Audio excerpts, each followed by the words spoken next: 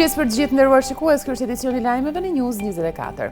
Parlamenti i Shqipërisë miratoi një rezolut që e shpall Iranin shtet sponsor të terrorizmit, si edhe Gardën Revolucionare dhe Hezbollahun, organizata terroriste. Opozita nuk mori pjesë të seancës, por me një deklaratë shpalli Gardën Revolucionare të Iranit si organizatë terroriste.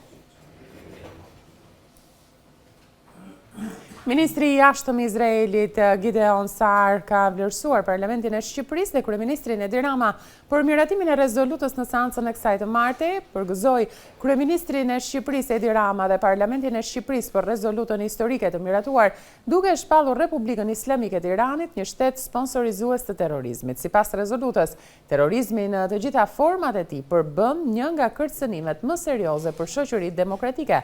Ky është një tjetër tregues i dimensionit të qartë moral në politikën e jashtme të Shqipërisë, shkruan Ministri i jashtëm i Izraelit në reagimin e tij në X.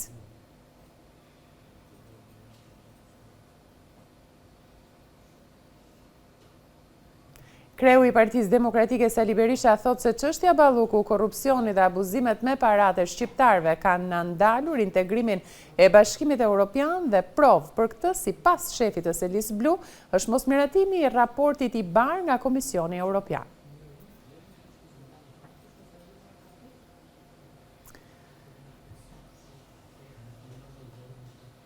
Emisioni Veting ka hedhur dritë mbi shitjen e dyshim të aksioneve që drejtorisha e tatimeve Tiranë, Erilinda Lana, kishte në kompaninë 2D Construction.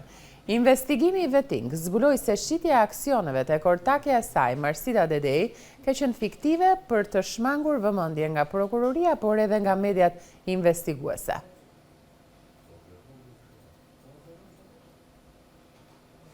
Gjykata kushtetuese ka nisur shqyrtimin e kërkesës së ish-kreut të ARSH Sevis Berberi, i cili kërkon dhe kundërshton masën e sigurisë ndaj tij dhe ligjshmërinë e provave të gjeneruara përmes celularit të tij që shërbyen si bazë kryesore për dosjet në ngarkim të ish zëvendës kryeministres Belinda Balluku dhe të Benet Becit gjatë kohës që ishte kreu i Keshit.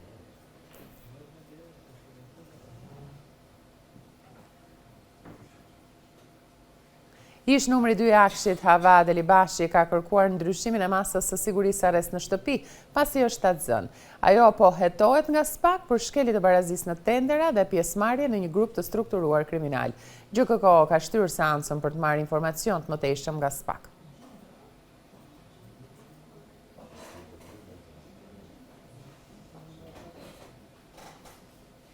Kryetari i Bashkisë së Shkodrës, Benet Beci, është dërguar për gjykim në gjykatën e posaçme i akuzuar për shkelje të barazisë në tendera. Me të janë të pandehur edhe 6 persona të tjerë, mes të cilëve edhe gruaja e Vis Berberit. Vepra dyshohet të jetë kryer gjatë kohës kur ai drejtonte Korporatën Elektroenergjitike Shqiptare në lidhje me një tender me vlerë rreth 700.000 euro.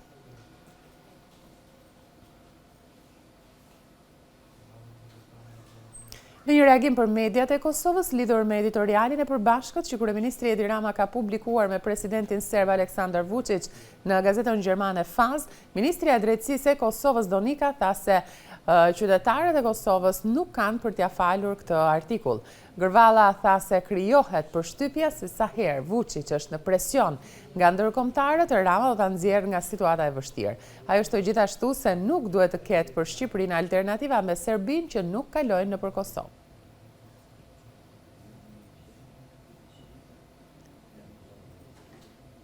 Një operacion i zhvilluar nga policia në zonën e Zallës së Fushkrujës nuk ka arritur të çojë në pranga të shumë kërkuarin Ylli Zalla, i cili dyshohet se është larguar sapo ka parë prezencën e forcave të rendit. Sipas burimeve të shërbimeve të policisë, kishin siguruar informacione për vendodhjen e 49 vjeçarit dhe organizuan një operacion për kapjen e tij. Megjithatë, gjatë ndërhyrjes së Zalla ka mundur të shpëtojë operacionit dhe vijon të jetë në kërkim. Ylli Zalla është shpallur në kërkim që prej muajit nëntor të vitit 2025, pasi në një banesë në fshatin Zallë të Fushkrujës ju zbulua një arsenal i madh armësh dhe lëndësh plasëse. Baza e armëve u zbulua pas kontrolleve ndaj atentatit në Rinas, ku vra Gilman Dodani dhe Muçi Shaljani. 49 vjeçari nuk është emër i panjohur për policinë, ai ka precedent më parshëm penal dhe është arrestuar vite më parë për prodhim të bombave artizanale dhe mbajtje pa leje të armëve.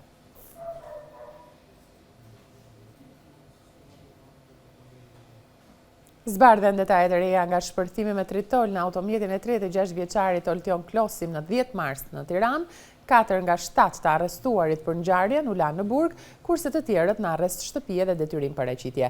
Ndërmjetësimi për tritolvënien është bërë nga Saban Nuzi, nga burgu i Fushkrujës, por duke mos identifikuar porositësit kryesor.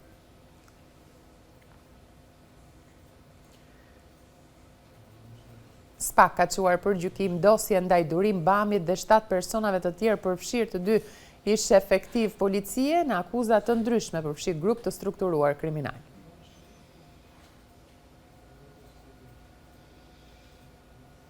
Pas tash e themeve që Benjamin Netanyahu është vrarë në një sulm raketor iranian, këtë të martë, ai doli me figurë dhe foli për vrasjen e shefit të sigurisë kombëtare të Teheranit, Ali Lariani.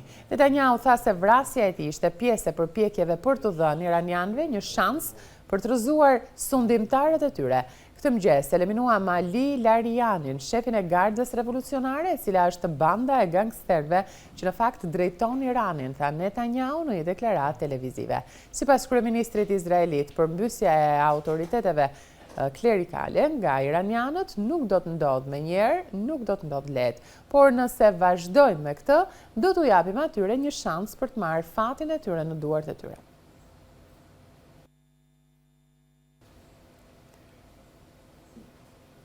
Kaq për këtë edicion informativ në News 24, për më gjuri ftojmë të klikoni në balkanweb.com për lajmin më të fundit, ku gjithashtu mund të na ndiqni edhe përmes live streamit. Ju falenderoj për vëmendjen tuaj.